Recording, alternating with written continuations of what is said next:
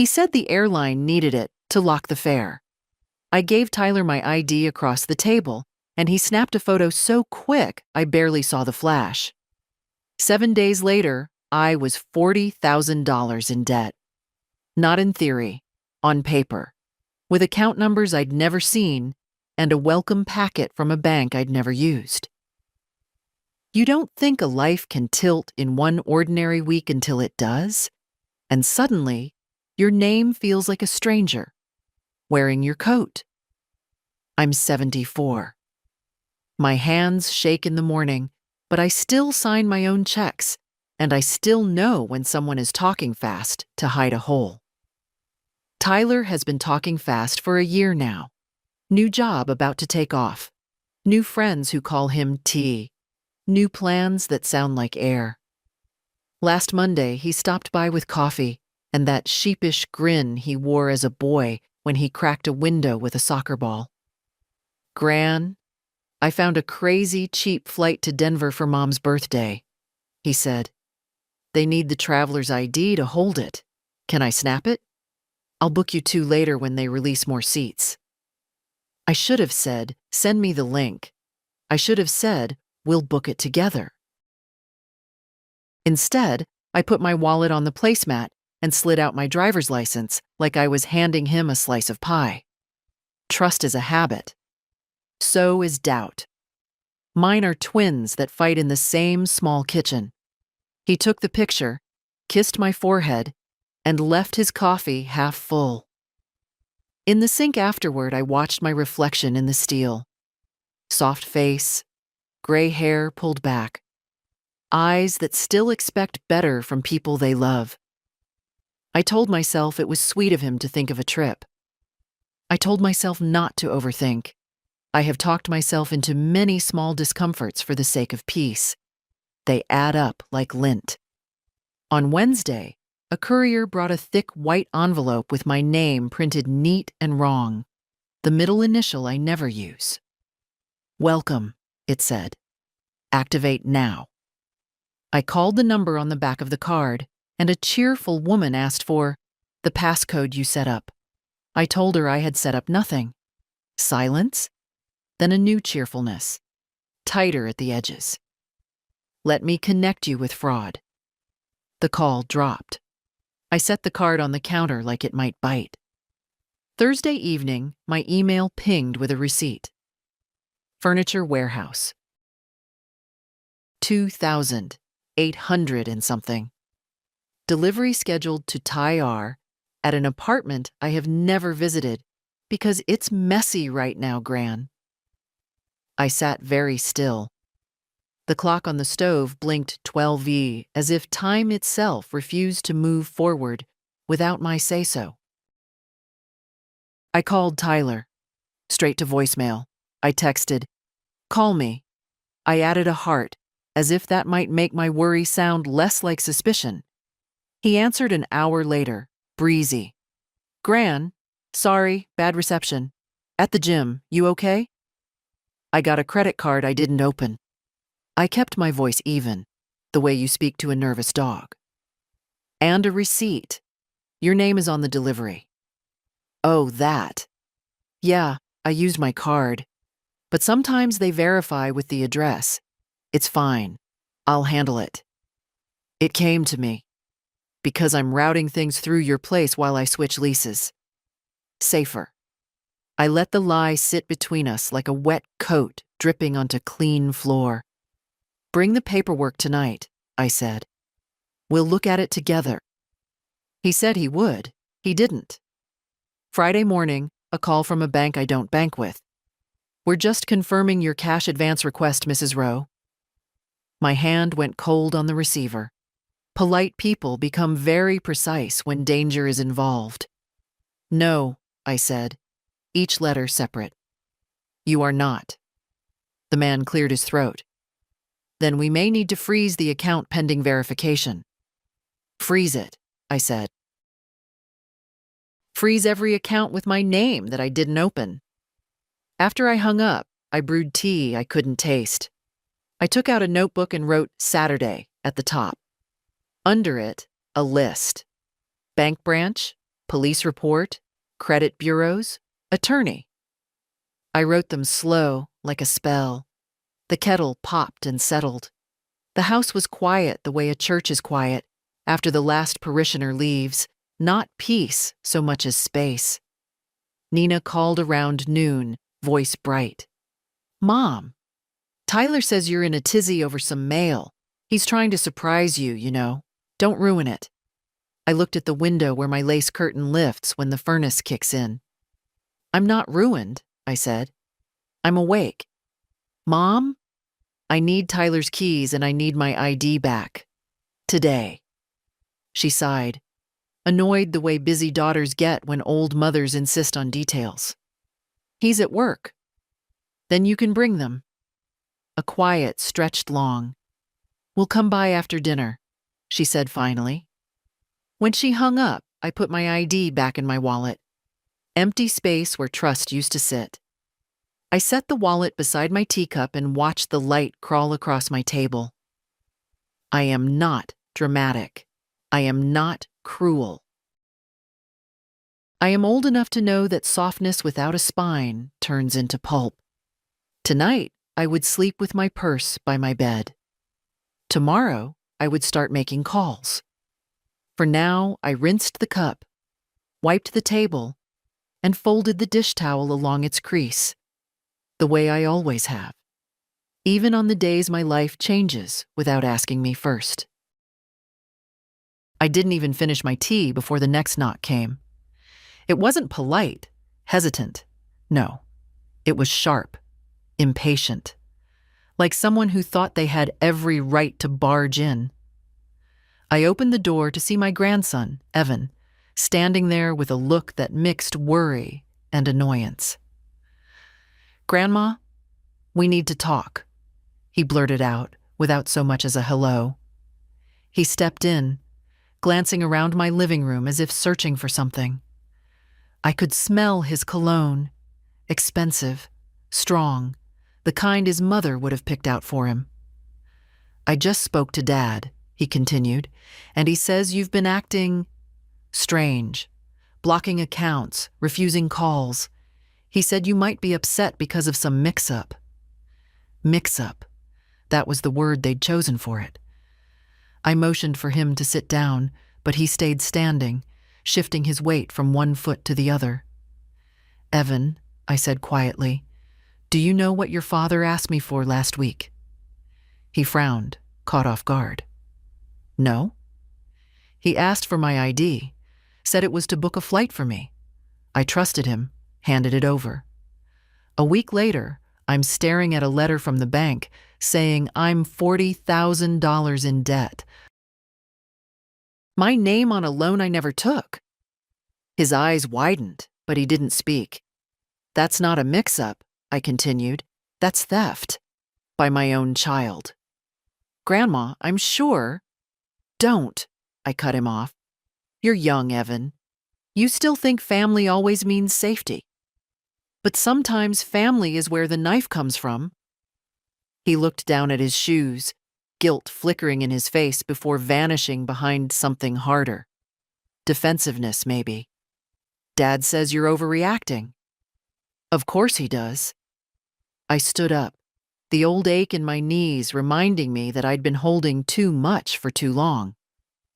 "You can tell your father that from now on, if he wants anything from me, he can get it in writing, through a lawyer." For the first time, Evan seemed to really look at me.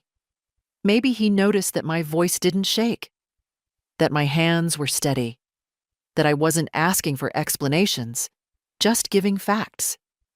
He didn't stay long. When the door shut behind him, the silence felt heavier than before. But it was mine. Completely mine. I went to my desk and opened the drawer where I kept a faded envelope. James's handwriting on the front. My name in the corner. Inside was the letter he wrote me just before his surgery, the one I'd read only once. "If there's ever a day they forget who you are, Edith, remind them. Not with shouting, but with silence they can't buy their way out of." I smiled, faintly. Message received, James. Message received. By Saturday morning, the kitchen table was buried under paperwork. Statements, envelopes, legal pads filled with my own careful handwriting. I had made a list the night before, each task numbered and underlined. I've learned that when you're in a storm, you don't flail. You row. First on the list was the bank. I walked there instead of taking the bus. 3 long blocks in the brittle February air, every step reminding me I still had my legs, still had my will. Inside, the lobby smelled faintly of printer ink and floor polish. The young man at the fraud desk wore a badge that said, Miles. He called me ma'am until I gave him my name and account number. Then his face changed. I watched the polite expression drain away as he clicked through the records. These accounts were opened online, he said. Applications show your driver's license number, full name, address, date of birth. Everything matches our records. Yes, I said evenly. Because my son took my license. He hesitated, glancing at the empty chair beside me. Do you have proof of that? I looked him straight in the eye. If someone steals the keys to your house and unlocks the door, do you still need proof they entered? That got him quiet. He typed something, printed a form, and slid it across the desk. We'll freeze the accounts immediately. You'll also need to file a police report and submit a fraud affidavit to each creditor. That will start the dispute process. Good. A direction. Something to do that wasn't just sitting in my kitchen replaying Tyler's grin as he pocketed my trust. The police station was my next stop. The young officer at the front desk couldn't have been older than 25. Acne still dotted his chin. He asked if I was sure I wanted to involve family. I told him I wanted to involve the law. He printed my statement, stapled it to a case number, and gave me a copy. It felt heavier than paper. It felt like the first stone in a wall I was building between myself and the people who thought I wouldn't fight. When I got home, the phone was ringing. I let it go to voicemail. Later, I listened. Nina's voice, clipped. Mom, can we please just talk about this before you make it into something it's not? Tyler says it's all going to be fine. You just misunderstood. Misunderstood. The word tasted bitter. I went to my desk, slid the police report into a folder marked for attorney, and placed it on top of the stack. Outside, the street was quiet, the way it gets before a snow. I stood at the window a long time, thinking about how quickly people will spend what's not theirs, and how slowly they'll return what's yours. I wasn't going to beg. I wasn't going to shout. I was going to follow every step, sign every form, call every number. If they wanted to call me cold for that, fine. Cold keeps. On Sunday, I made myself oatmeal, ate half, and pushed the bowl away. Paperwork goes down easier than food when your name's been borrowed. I set the phone on speaker and started with the 3 credit bureaus. Hold music, surveys, a robot that kept calling me Agnes. I spelled it twice and didn't apologize for my tone. I requested a freeze on all files, then a 90-day fraud alert that would warn any lender tempted to be lazy. I wrote the confirmation numbers in block letters. I've learned people take you more seriously when you write like a stamp, not a whisper. The next call was to each creditor listed in the welcome letters. I repeated the story until the words turned dull from use. I did not apply. My license was photographed without consent. I have a police report. I'll send it within the hour. They asked if the suspect was a stranger. He isn't, I said, and left it there. Being a mother means you learn to close certain doors gently. Being a mother at 74 means you learn to lock them. I scanned the report at the library because my old printer chews paper like a goat. The girl at the desk, nose ring, kind eyes, asked if I needed help. I told her I'd managed worse with less. She smiled the way people do when they don't know whether to argue or take notes. When I left, snow had started, light as flour. I pulled my scarf higher and thought of all the recipes I've followed in my life and how none of them warned you that trust can curdle. Back home, I called an attorney whose name a widow from church had pressed into my palm after service. Elder law, the card said. The receptionist offered Thursday. Today, I answered. She paused, then found me a gap at 4. I washed my hair and put on the navy sweater with no pills. Dignity isn't a costume, but it helps to wear something that reminds you you're still yourself. He was younger than I expected, mid-40s, careful eyes. He listened without interruptions, only writing when I stopped to breathe. "We'll do 3 things," he said. "Limited power of attorney, so we can act in your name for disputes. A revocation of any prior permissions, even informal ones. And a letter instructing family to direct all contact about this matter to our office." He watched my face on the last part. "That includes your daughter." I signed. My hand didn't shake. On the way home, Nina called again. "Mom, Tyler's a mess. He says his friend used the information, not him. He was trying to help. Can we just handle this privately?" "No," I said. "We can handle it properly. Do you want to send your grandson to jail?" "I want my name back," I answered. "The law can decide the rest." Silence. Then the old softener. "You know how he struggles." "So do I." I kept my voice plain. "I struggle with stairs. I still climb them." That night, I changed every password and turned on 2-step verification for anything that would allow it. I tucked my checkbook in the bread box, ridiculous and effective, and took the spare mailbox key off the hook. I had the lock replaced in the morning. The postman didn't ask why. Older women get treated like we're breaking by default. Sometimes that's a blessing. No one stands in your way. By noon, a furniture warehouse called, flustered. They couldn't confirm delivery because the card was frozen. Could I approve it another way? "I could," I said, "but I won't." I gave them the case number and asked for the order address again. "Same apartment Tyler won't let me see." I wrote it down, the unit number neat as a threat. In the afternoon, a bank investigator rang. Smooth voice, practiced empathy. He asked for a timeline, then circled back to the moment I handed over my license. "Why did you give it?" "Because I raised him," I said. "I forgot he grew up." He was quiet a second longer than polite. "We'll flag all activity, Mrs. Rowe. You may still receive bills. Don't pay anything in dispute." When we hung up, I made tea and stood at the sink, palms on the cool edge the way I did the night my husband died, and the house felt too big for one heartbeat. Back then I learned, grief doesn't shrink to fit you. You grow to meet it.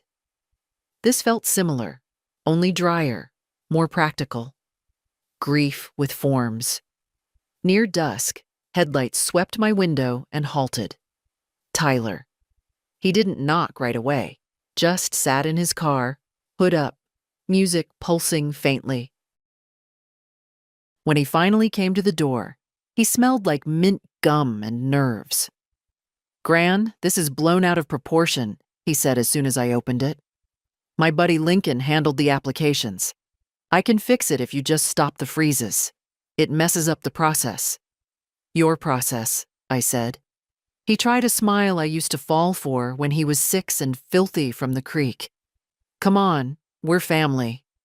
"I know," I said, and let the words mean what they mean when they hurt. "Give me my house key." He stared at me like I'd spoken another language. I held out my hand and didn't move it. Slowly, he dug in his pocket and dropped the key onto my palm. It was warm from his body. I set it on the table, then stepped back so he could see the folder labeled with today's date, the attorney's card clipped on top, the police report beneath it. "This isn't a scene," I told him. "It's a record." His mouth hardened. "You're choosing them over me." "I'm choosing me over your excuses." We stood there in the small quiet. He shuffled, then looked toward the kitchen where I'd laid out 2 cups by habit. His face flickered. Regret or calculation? I couldn't tell. "Can I come in?" "You're already in," I said, "but not for long." He nodded, eyes bright in a way that wasn't tears. "You'll regret this," he said, soft, the way a threat pretends to be concern. "Maybe," I said, "but I won't forget." When the door closed behind him, the room felt larger. I washed the extra cup and put it away. Then I sat, pen in hand, and wrote one more line under today's list. Call insurance to add identity theft writer. I underlined it twice. I was done being the soft place where other people landed. From now on, I'd be the ground. I slept poorly that night. Not because of guilt, that ship had sailed years ago, but because my mind wouldn't stop sorting through memories like a woman sifting through an old jewelry box, deciding what was worth keeping. I thought of the Christmas mornings when Garrett's eyes would light up at the sight of his stocking, the way he'd grab my hand at crosswalks until he was almost 12. I thought of the first time Marissa came over, all perfume and loud laughter, and how James had given me a long, knowing look after she left. By morning, my resolve hadn't weakened. If anything, it had settled deeper into my bones. I made tea, buttered a slice of toast, and let the phone buzz in the other room until it gave up. The silence that followed was almost as sweet as the tea. At 10 a.m., Rebecca showed up again, hair damp from the shower, a crease between her brows.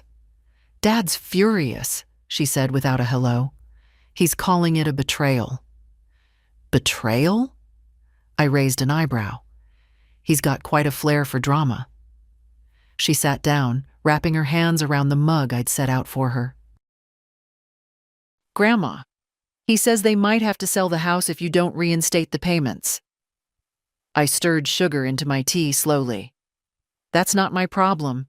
If you buy a house you can't afford without someone else footing the bill, you're not a homeowner. You're a tenant who doesn't pay rent." Rebecca gave a short laugh, but her eyes were wet. "I'm not laughing at you. I'm just realizing you've been carrying all of them for years." I didn't answer. It was a truth so obvious it didn't need my voice to give it weight. After she left, I decided to do something small but important. Something just for me. I took out the jewelry box James had given me on our 30th anniversary and removed the thin gold chain with the tiny sapphire pendant. I'd stopped wearing it after Marissa made a pointed remark about old-fashioned pieces at a family dinner. That day, I'd laughed and put it away. Today, I fastened it around my neck. By mid-afternoon, Garrett's voice came through the answering machine, tight and controlled. "Mom, we need to talk about a repayment schedule. Call me." No mention of last night's words. No apology. Just business. I deleted it. In the evening, I baked a small apple tart. The smell filled the house the way it used to when the kids were small. I thought about inviting a neighbor over to share it, but in the end, I sliced one generous piece for myself and wrapped the rest for Rebecca. There was a quiet satisfaction in choosing who received from me instead of giving by default. Later, I found myself in front of the mirror. I studied the woman there. Lines etched deep, yes, but eyes steady. For years, I'd confused endurance with kindness, giving with love. I'd mistaken my open hand for a full heart, when in truth, it was a leash they'd been tugging on. That night, I slept better. No sleeping pills. No late-night calls to soothe someone else's panic. Just me, my warm quilt, and the steady hum of the fridge. In the morning, I opened the curtains to sunlight and thought, perhaps I've only just started living. On Monday, the first envelope arrived. Thick, official, my name in block letters across the front. I slid it open with the butter knife and found a letter from one of the banks. We have received your fraud report. The account will remain frozen pending investigation. Please allow 60-90 days for resolution. I laid it flat on the table, smoothed it with my palm, and wrote the date in my notebook. 1 step done. 90 to go. By mid-morning, the phone rang again. This time, it was Marissa. She didn't bother with pleasantries. Agnes, I've been trying to stay out of this, but you're making things difficult for all of us. Garrett's stressed. Rebecca's upset. Rebecca is fine, I cut in. She's the only one who's asked if I'm all right. Marissa let out a short laugh, the kind that's meant to sound light but hides teeth. You know Garrett's intentions weren't bad. He was just trying to set something up for the future. His future, I said, on my credit. You're acting like a stranger, she said. That's because you've only known the version of me that let things slide. There was a pause, then her voice dropped. If you keep pushing this, it's going to get ugly. Family will pick sides. I almost told her they already had. Instead, I said, I'm not asking for sides. I'm asking for my name back. And I hung up. In the afternoon, I had an appointment at the lawyer's office to sign the limited power of attorney and formal revocation documents. He slid the papers toward me, and I signed each one with a deliberate hand. With every signature, I felt a thread snap loose from the net they'd tried to throw over me. You've taken all the right steps, he said, gathering the pages. Now it's a matter of keeping records and not letting anyone talk you into undoing this. I've spent years being talked into things, I said. That part of my life is over. Back home, I made a pot of vegetable soup. I ladled a jar for Sophie, the neighbor's granddaughter, who sometimes brought me groceries when the weather was bad. When she came to pick it up, she noticed the file folders stacked on the counter. Big project? She asked. Just cleaning up a mess, I said. She grinned. Bet you're good at that. That evening, I sorted through old papers. Bills Garrett had asked me to pay just this once, receipts for emergency repairs that somehow never happened. I kept them all. I wasn't planning revenge, but I wanted the truth in my hands. Truth is lighter than lies when you carry it long enough. Before bed, I wrote tomorrow's to-do list in my careful block letters. Call insurance about ID theft coverage. File delivery dispute with furniture store. Change locks on shed. I put the pen down and looked around the quiet kitchen.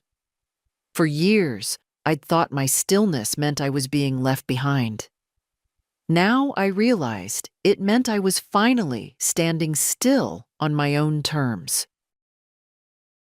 Tuesday began with the sound of the mailbox clanging shut. I stepped outside, wrapped in my robe, to find 3 envelopes and a glossy furniture catalog. The same store that had tried to deliver Tyler's order. I held it by the corner, like something dirty, and dropped it straight into the recycling bin. Inside, I opened the first envelope. Another creditor acknowledgement of my dispute. The second was from the police department, confirming my case was officially logged as identity theft, known suspect. The third was from the state's Elder Protection Office, notifying me that a social worker would be assigned. I made coffee and read each letter twice, letting the language settle in my bones. Known suspect. It looked so plain on the page, but I felt its weight. The world now recognized what I'd already known in my gut. At 10 Oaks sharp, I called my insurance company. A polite man named Robert explained the identity theft rider I could add to my homeowner's policy. Legal help, reimbursement for expenses, a dedicated fraud specialist. Yes, I said before he'd finished. Add it today. I wrote the policy update number in my notebook, underlined it, and drew a small star beside it. A victory, however small, deserved to be marked. After lunch, I phoned the furniture store and reached a woman named Janine in customer service. She had that flat, tired voice of someone who's been yelled at all morning. I'm calling about order number 542, I began. Yes, Mrs. Rowe, the one scheduled for the apartment on Mason Street. We've been notified of the freeze. Is there a problem? The problem, I said evenly, is that the purchase was made with stolen information. I'm disputing the charge, and I'd like your delivery crew to be aware they have no permission to leave items there. In fact, I'd appreciate a note on the order to call the police if anyone tries to claim it. A pause. Then, in a softer tone, I'll make sure it's flagged. I'm sorry this happened to you. I thanked her and hung up, feeling the smallest flicker of satisfaction. One more leak plugged. By mid-afternoon, the lawyer called.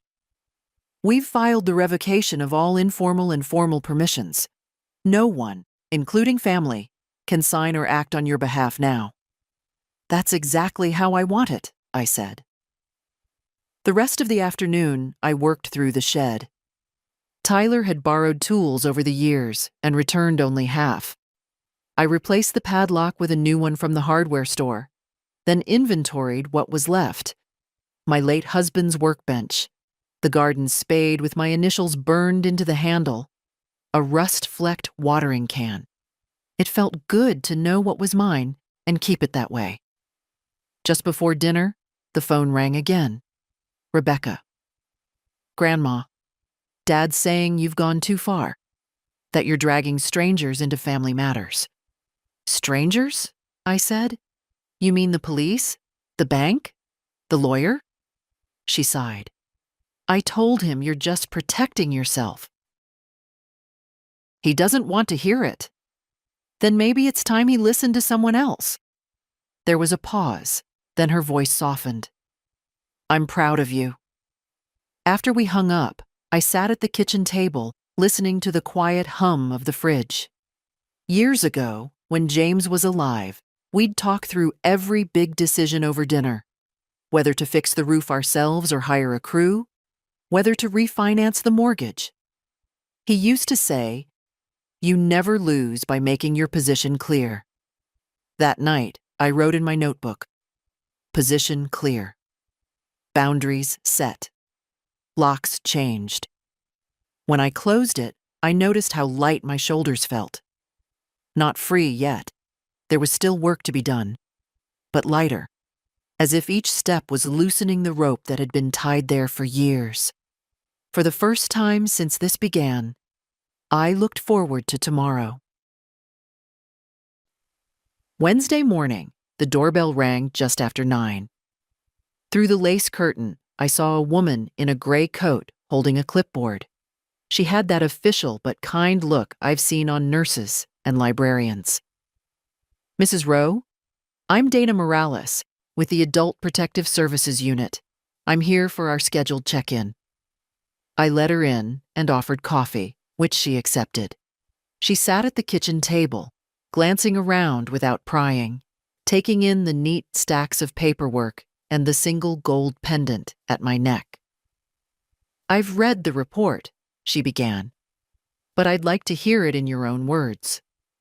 So I told her, briefly, without embroidery, how Garrett had asked for my ID under the guise of booking a flight, how accounts appeared in my name days later, The police report, the credit freezes, the lawyer's steps.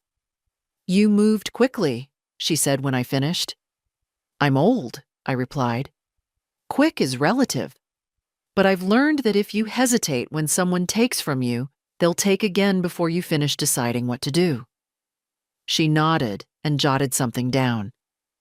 "We can offer resources, support groups, legal aid, even counseling if you want it. And we can flag your information in certain systems so you're considered high risk for financial exploitation." "I'd appreciate that," I said, "but I'm not looking for sympathy, just safeguards." We went through a checklist: mail security, online accounts, emergency contacts. When she asked who I trusted with those, I hesitated only a moment. "Rebecca," I said, "and no one else." She left me with a folder of resources and her card clipped to the front. "You've done most of the hard work already," she said at the door. "The rest is just persistence." After she left, I made another pot of coffee and sat down with the file. Her words echoed in my mind. The rest is just persistence. I thought of all the years I'd persisted in silence, enduring small cuts for the sake of keeping the peace. That wasn't persistence. That was erosion. In the afternoon, I walked to the post office to send certified letters to each creditor, enclosing the police report and my sworn affidavit. The clerk stamped them with a heavy thunk that felt final, at least for now. Back home, I found a note slipped under my door. "Mom, we need to talk. G." No apology, no explanation. Just another invitation to negotiate my own boundaries away. I folded it once, slid it into the case folder, and made no call. Around 5, Rebecca stopped by to return the soup jar. "Dad's sulking," she said, hanging her coat on the chair. "He says you're trying to humiliate him." "I'm trying to protect myself," I said. She gave me a long look. "You're doing more than that. You're teaching me something." We ate toast and cheese at the table, and for the first time in weeks, the food had taste. After she left, I locked the door, pulled the curtains, and turned on the small lamp James and I had bought at a yard sale 40 years ago. Its warm light filled the room in a way I hadn't felt since this began. Safe, contained, mine. Before bed, I opened my notebook and wrote, "Safeguards in place. Help accepted. No calls returned." Then I added one more line, underlined twice. "Silence is not surrender." Thursday brought a thin layer of frost on the windows and a thicker layer of mail on the table. 2 more bank letters, one confirming an account freeze, the other requesting my signature for a formal dispute. I signed with my deliberate, stamp-like handwriting, slid the papers into an envelope, and set them by the door for the postman. After breakfast, I tackled the task I'd been putting off, changing every single online password. Not just the bank's, but email, utilities, even the grocery store account. Each one got a long, strange phrase I'd remember, but no one else could guess. I wrote them down in a small spiral notebook that now lives in the bread box beside my checkbook. Halfway through, the phone rang. It was Robert from the insurance company. "We've officially added the identity theft coverage," he said. "You'll get the policy writer in the mail, and I'll be your point of contact if anything else happens." "Thank you," I said. "I hope we don't speak often." He chuckled softly. "That's the goal." In the afternoon, I drove, something I hadn't done much lately, to the locksmith.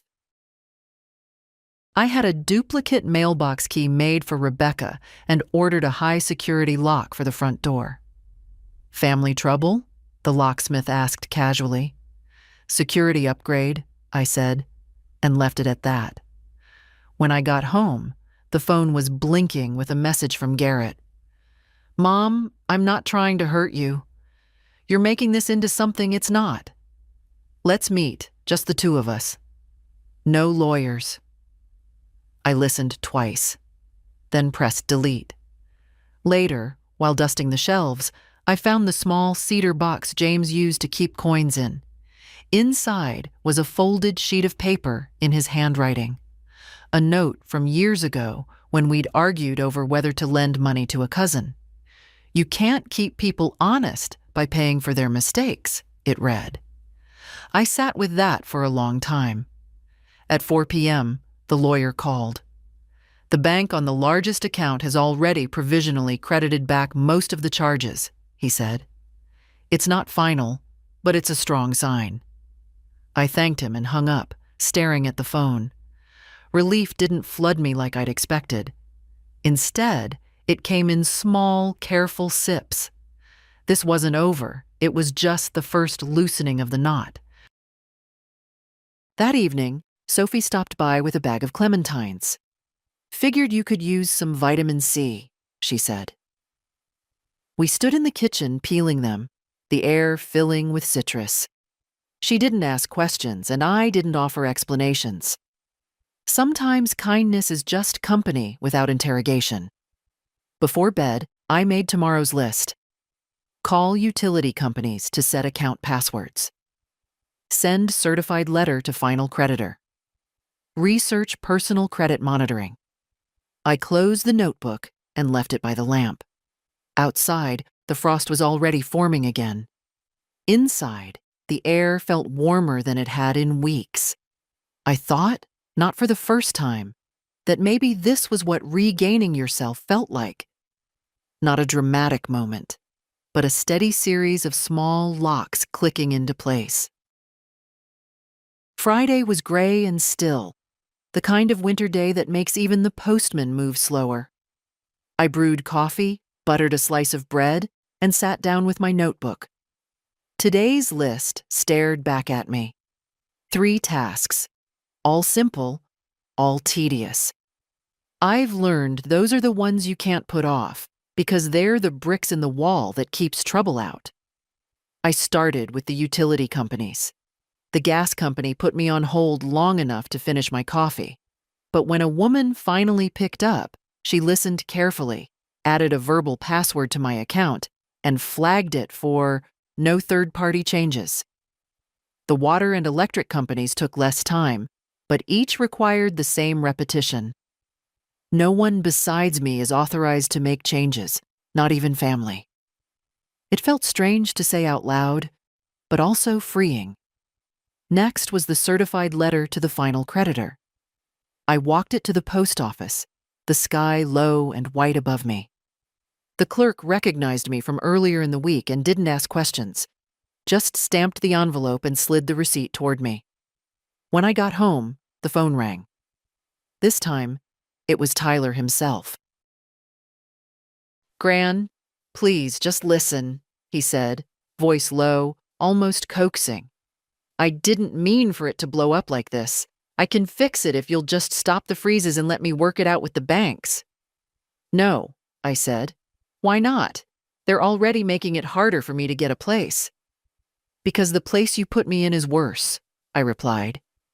He sighed, and I could hear the frustration in the way his breath hit the receiver. "You're making it impossible to fix this."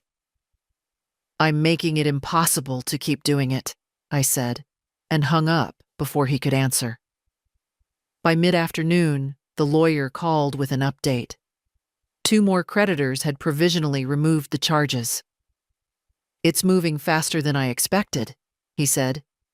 "That's because I keep every paper and answer every call," I told him. "I'm not waiting for anyone else to take care of me." Later, I heard a knock on the door, a soft, hesitant one. When I opened it, Rebecca stood there, holding a bag with a loaf of bread and some soup.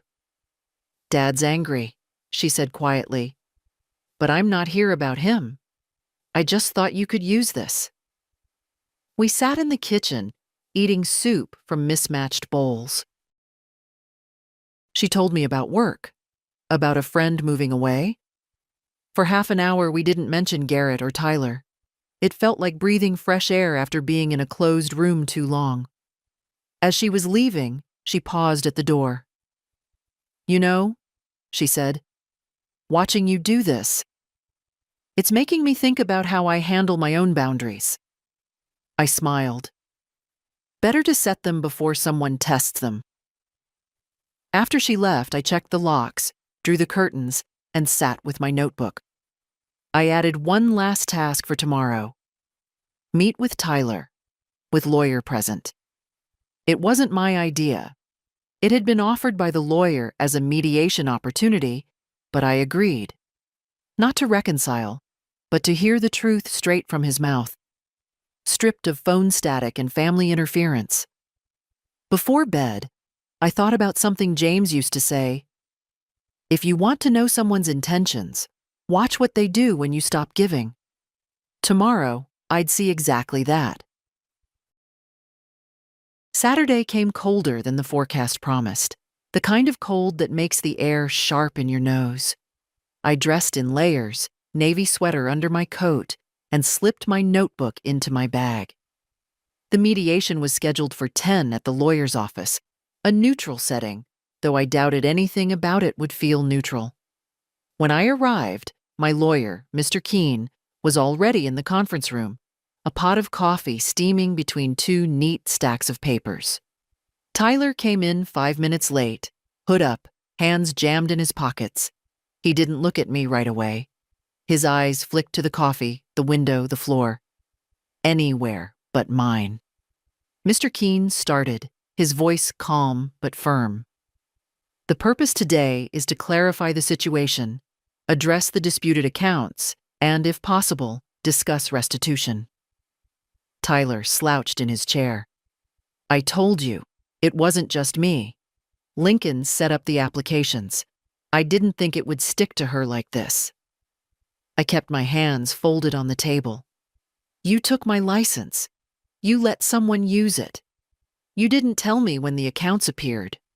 All of that sticks to me." His jaw tightened. I was going to pay it off.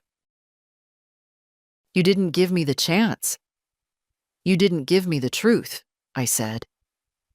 Mr. Keene slid the police report across the table, tapping the section that read, "Known suspect, Tyler Rowe." "This is not a family squabble. It's a legal matter. Mrs. Rowe has taken all appropriate steps to protect herself. That will not change." Tyler leaned back, exhaling hard. "So what? I'm just the villain now?" "No," I said.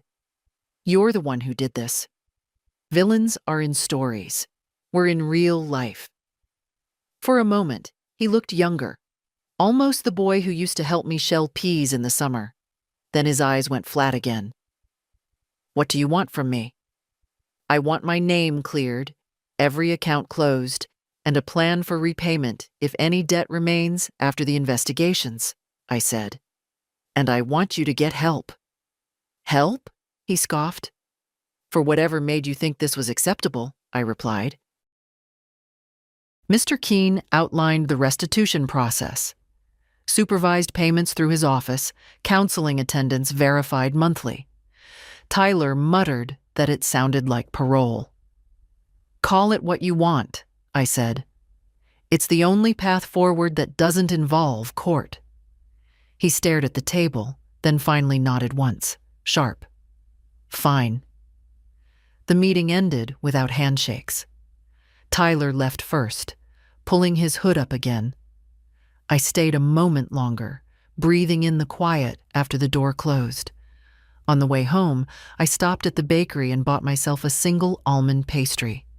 At the kitchen table, I ate it slowly, each bite a reminder that not everything taken has to be replaced with bitterness.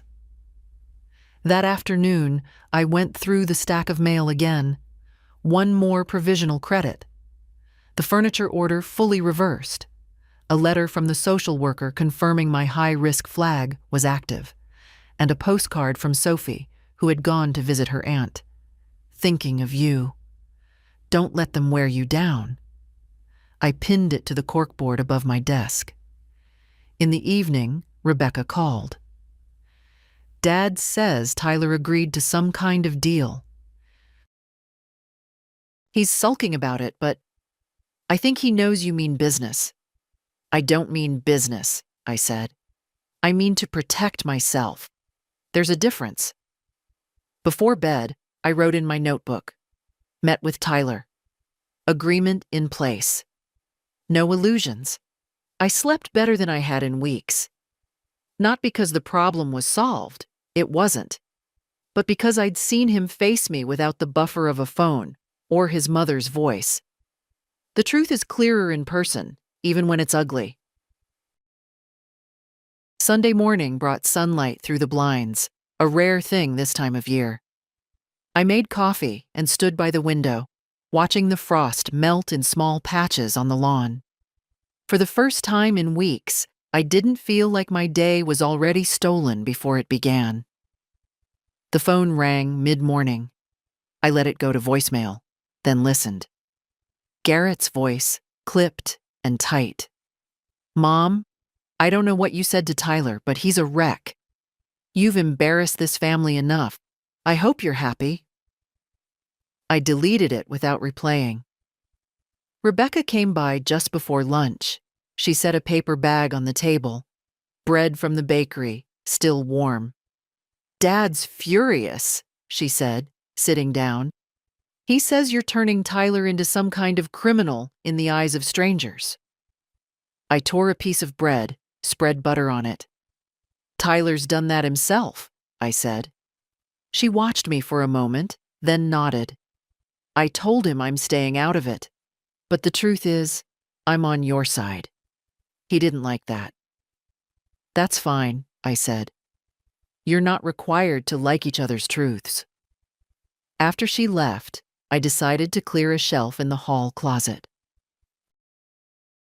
Half the things in there were Garrett's, boxes he'd asked me to store just for a few weeks years ago. I moved them to the porch. If he wanted them, he could take them. If not, the donation truck came on Wednesday. Around 2, the phone rang again. This time, it was the social worker, Dana. I wanted to let you know we've documented all the steps you've taken, she said. If there's any retaliation or harassment, you can call us directly. I thanked her, and after we hung up, I realized how good it felt to have a lifeline that didn't demand anything from me in return. By late afternoon, I'd baked an apple crisp. Sophie stopped by, bringing back the container from the soup. We ate warm slices at the table. She told me about her aunt's garden, about the snowdrops already pushing through the soil. It was the kind of conversation where the details don't matter. What matters is that it leaves you lighter than you were before. That evening, I opened the mailbox and found a letter from the largest bank involved. After reviewing your case, we have determined that you are not responsible for the debt in question. The account has been closed. I read it twice, then set it on the table. It felt heavier than paper, in the best way. I thought about calling Garrett to tell him the news, but decided against it. Good news isn't a gift for people who've been rooting against you. It's something you keep quietly, like money in a safe. Before bed, I wrote in my notebook, first full clearance. More to come. Boundaries holding.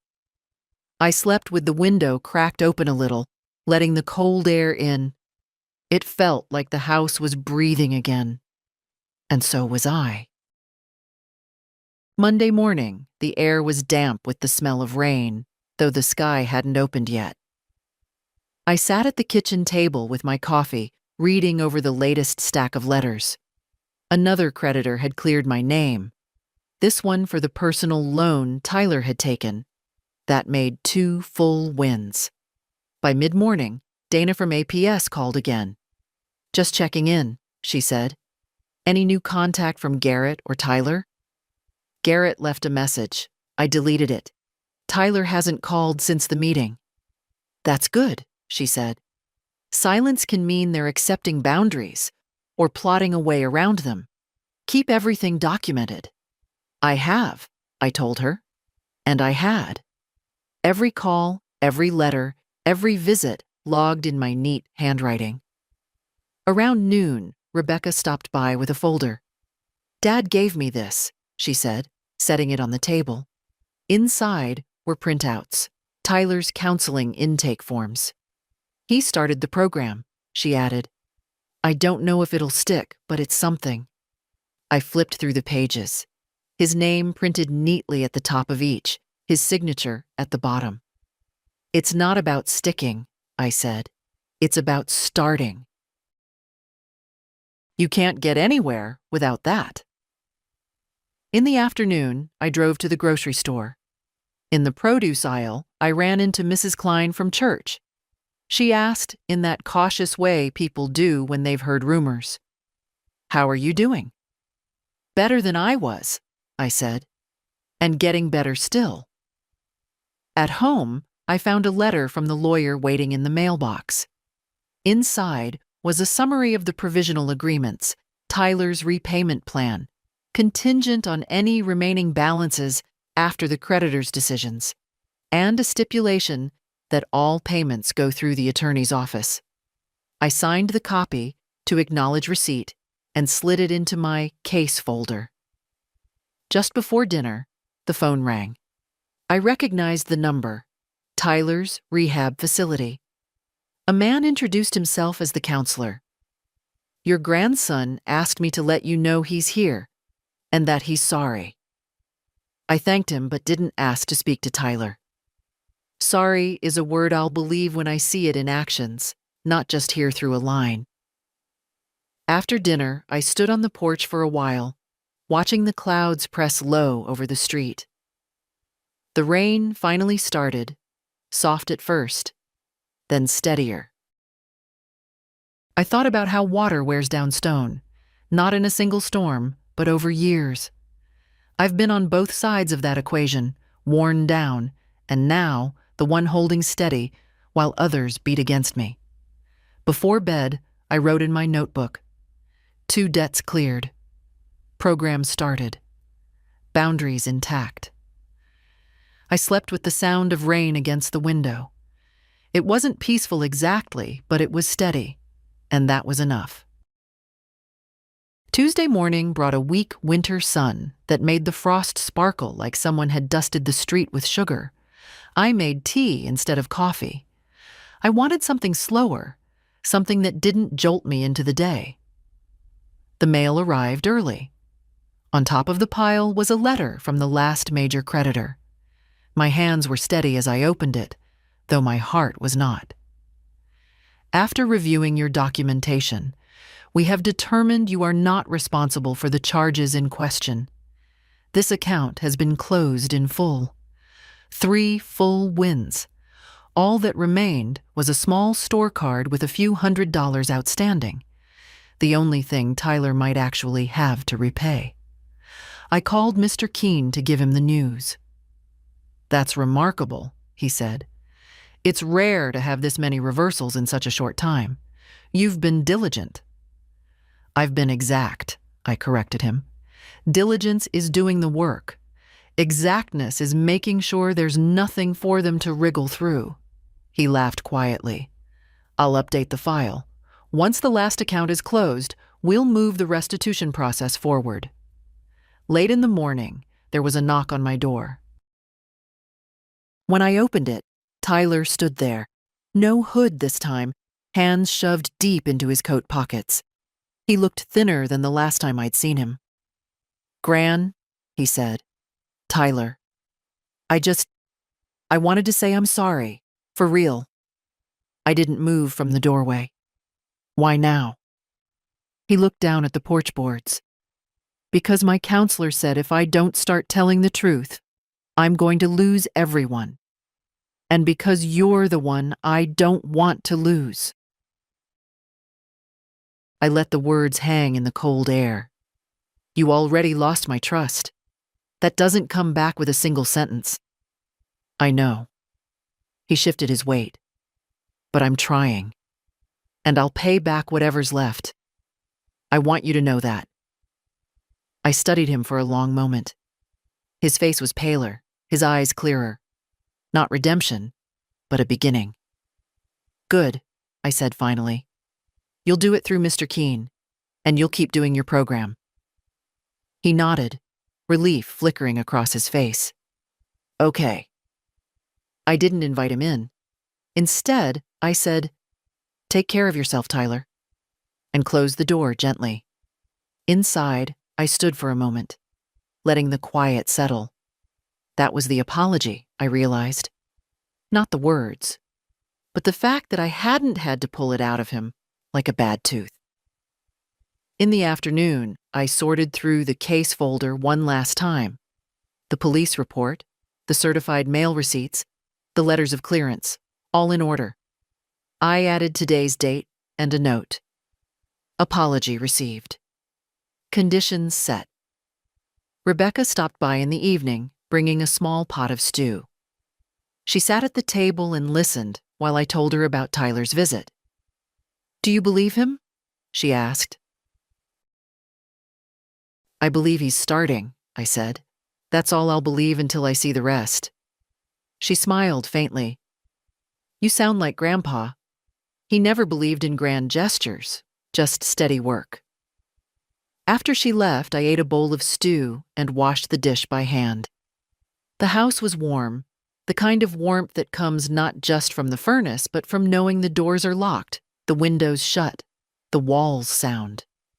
Before bed, I wrote in my notebook, "All major debts cleared. One balance remains. Apology noted." And then, under that, in smaller letters, "Not peace yet, but the ground is firm." I slept well. Not the restless sleep of someone waiting for the next blow, but the deep rest of someone who's decided she'll meet whatever comes with both feet planted. Wednesday felt different from the start. The air was still, the light soft, like the day knew it had nothing urgent to demand from me. I made oatmeal with cinnamon, sat at the kitchen table, and opened the last envelope from the stack. The small store card. Balance forgiven. 2 words. No conditions, no pending investigation. Just final. It was done. I set the letter down carefully, as if it might slip away if I handled it too roughly. For weeks, I'd been waking each morning with the sense that there was a fight waiting for me outside the bedroom door. Now, there was only my quiet kitchen, the hum of the fridge, the clink of my spoon in the bowl. At 9 o'clock, I called Mr. Keene. "All accounts closed," I told him. "Then restitution is just a formality," he said. "Tyler will still make the agreed payments to my office. Even if the debts are gone, it's part of his accountability." "Good," I said. "It's not about the money anymore." Later, I took a slow walk to the park. The frost had melted, leaving the grass dark and damp. A few children were playing near the swings, their laughter carrying in the cold air. I sat on a bench, hands wrapped around the thermos of tea I'd brought, and thought about how, not long ago, I would have filled this time with worry. Now, I could just sit.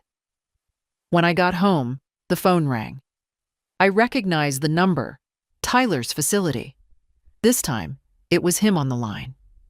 "Gran," he said, "I heard the last one's cleared. I'm glad." "So am I. I'm going to keep with the program. I want to do better, not just for you, for me."